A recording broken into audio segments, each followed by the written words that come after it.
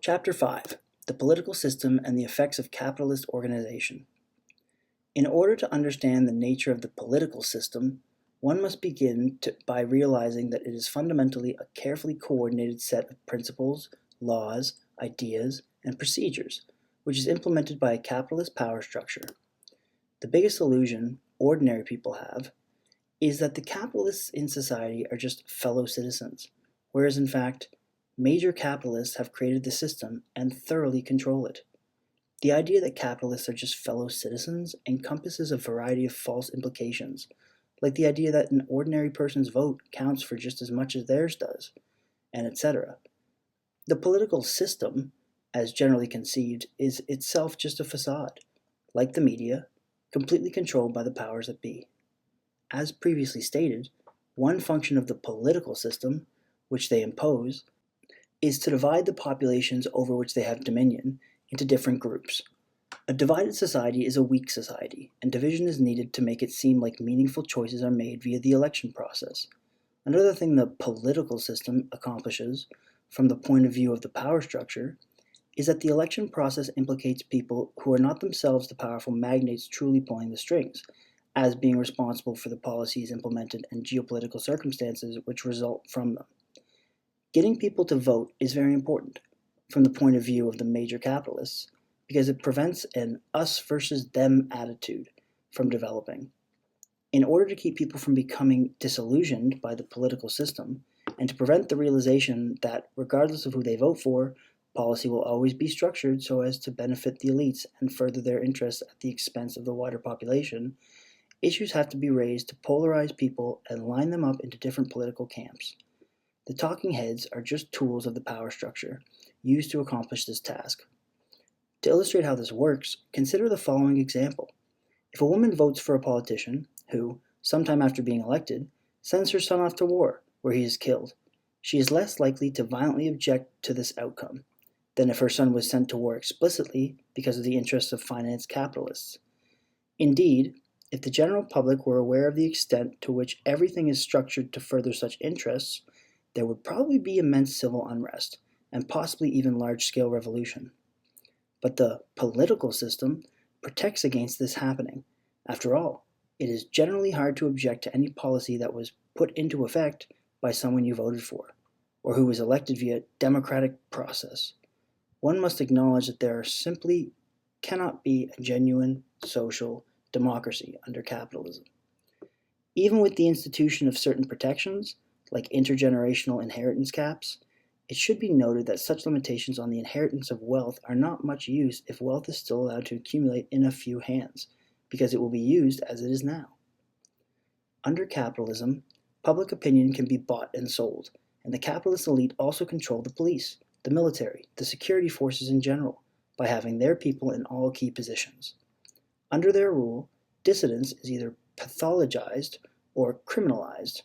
If it is determined by the power structure that their political candidate won't be elected, then the election will simply be suspended, or perhaps the competition will be eliminated, as was the case with JFK.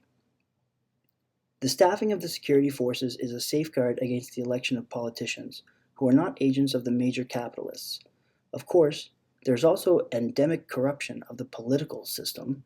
For example, in Canada, the political party in Parliament has the option to have an election whenever they want, e.g., when an analysis of the polls predicts a favorable result. The development and distribution of authoritative knowledge is crucial to organization in the general interest, but this too is controllable via the security forces that are extensions of the power structure. To achieve a genuine comprehension of the political system, it is helpful to develop a sober understanding of the way society is structured and organized by the capitalists who control it, and realize that the political system is imposed to safeguard the capitalist institutions. One must be able to recognize the negative effects of the capitalist organization and the techniques that produce these effects. At this point, it may be helpful to quickly consider the layouts and functions of various capitalist establishments in society, like the grocery store, the fast food restaurant, the liquor store, the casino, the hospital, the pharmacy, the gas station, the university, and etc., which are all thoroughly organized to maximize the profits of the powerful people. The grocery store is organized in such a way to promote the consumption of highly addictive and unhealthy foods, discourage independent agriculture practices, provide misinformation about nutrition, often in the form of vague and debased propagandist language like wholesome and natural, encourage impulsive buying habits, and implement social stratification via a distinction between premium and no-name brands, among other things. The fast food restaurant is used to socially condition immediate gratification seeking tendencies and fast food culture, and causes addiction and a variety of health problems, all while recycling money back into the pockets of the wealthy elite who control such establishments, which are primarily extensions of the oil and animal agricultural industries. There are many health and safety regulations in place at such establishments. However, one should note that the selling of harmful and often carcinogenic foods is never in violation of them. The liquor store does many of the same things as the grocery store, but promotes alcohol consumption specifically, which is more harmful to society under the capitalist model. The resulting prevalence of alcoholism begets a great deal of degeneracy and social dysfunction. And some even use alcohol habitually to self-medicate instead of the pharmaceuticals offered by psychiatry, for better or worse. Excessive alcohol consumption is positively correlated with crime and domestic abuse, and there's a lot of money to be made in dealing with the problems that alcohol creates. And as well, due to its addictiveness, it can be taxed far more than groceries can without a decline in sales. The casino is strategically organized with a confusing non-linear layout, full of vivid colors and flashing lights and alcohol so that ordinary people get lost in it and end up spending much more money than they can afford. The casino is one of the most impressive feats of capitalist psychological manipulation and truly showcases the manipulative nature of capitalist policy. The hospital is shrouded by bureaucracy and filled with confusing propaganda concerning mental and physical health, and it is used to make money by treating illnesses in ways that are usually very expensive. The goal of the hospital is generally not to cure, but rather to continue to treat, as this is how the profits are best maximized. The hospital also provides a way to surgically terminate pregnancy, and this results in lower birth rates in certain demographics, which are targeted by the pro-abortion, pro-choice propaganda. Palliative care alienates dying people from their families and loved ones, removing them from their homes. The pharmacy, which can be regarded as an extension of the hospital, does many of the same sorts of things as the hospital, but also sells contraceptives, like birth control pills and Plan B, which are harmful in various ways in themselves, as well as encouraging sex for reasons other than love or procreation and lowering birth rates. The pharmacy, like many other capitalist establishments, encourages the impulsive buying of unhealthy and addictive foods and other unnecessary things, as does the gas station, which also sells cigarettes and, of course, petrol. The university is filled with propaganda that is often overtly political in nature, which is to be expected, given that it is the place where political grooming happens. The student council is the training ground for politicians. All of these institutions are carefully organized with policies calculated to suit the interests of the wealthy capitalist elites and further their goals. The capitalist institutions and accompanying propaganda of the power structure are always most concentrated in urban areas where more people are living.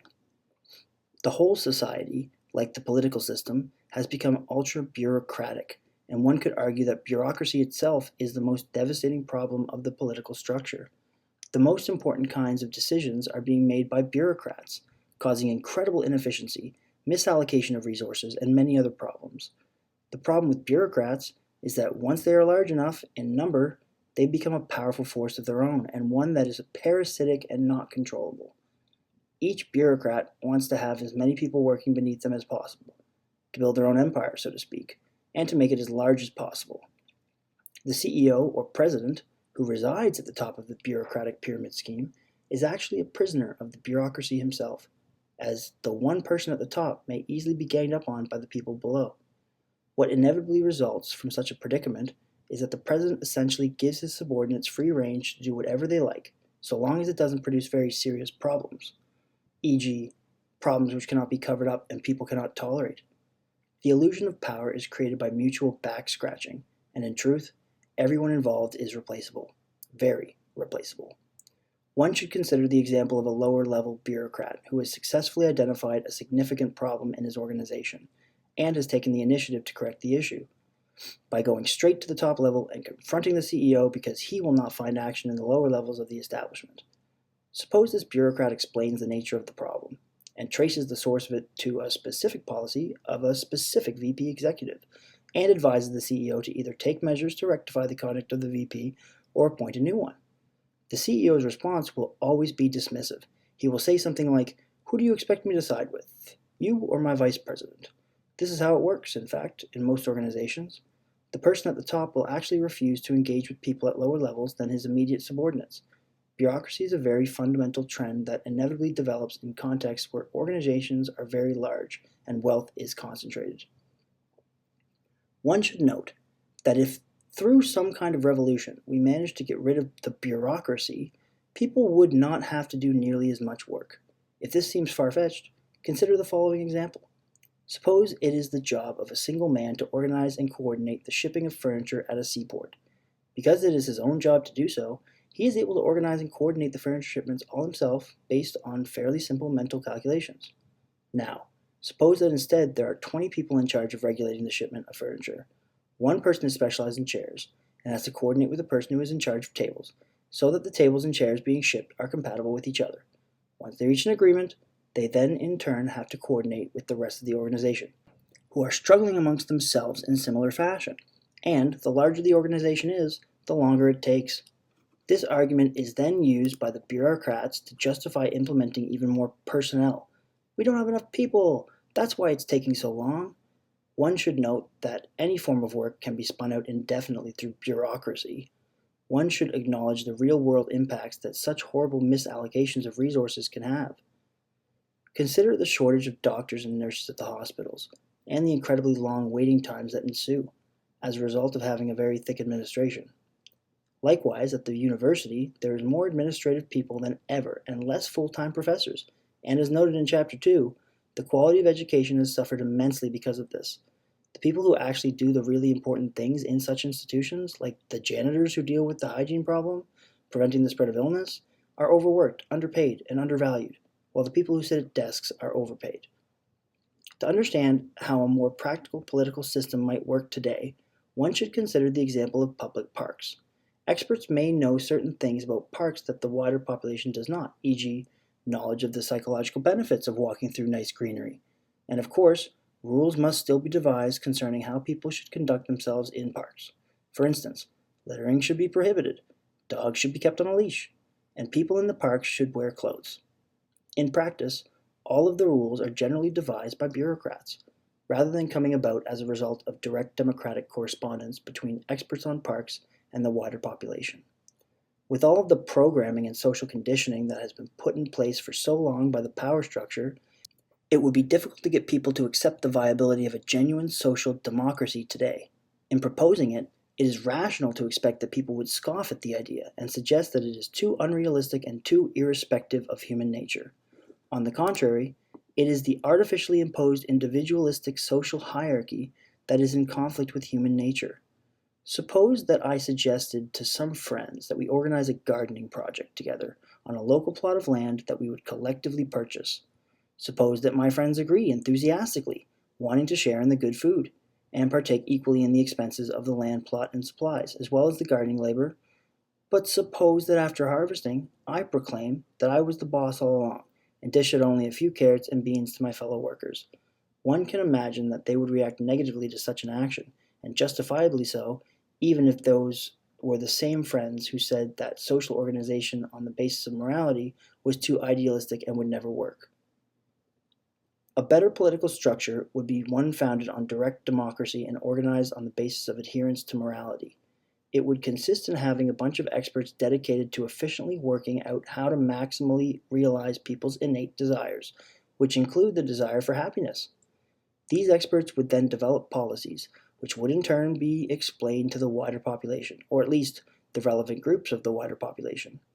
There would even then be a discussion between the experts and the wider population where the knowledge of the experts is blended with the knowledge of the ordinary people, on behalf of whom they are working for.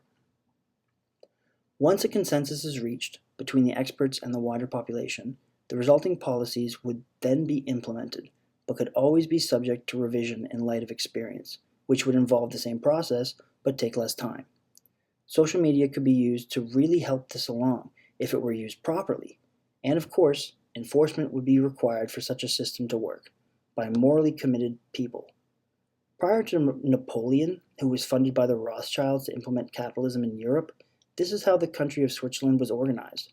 Switzerland was one example of the Europeans successfully overthrowing the power structure in order to achieve a genuine social democracy based on moral order, but it was short-lived. Napoleon did, however, have to make certain concessions. In the case of Switzerland, which was fortified by the Alps, the influence of these concessions may still be observed today, like Swiss armed neutrality, the even spread of military power throughout the land and population for the sake of protection, which is morally sound, and enabled Switzerland to remain neutral during the First and Second World War.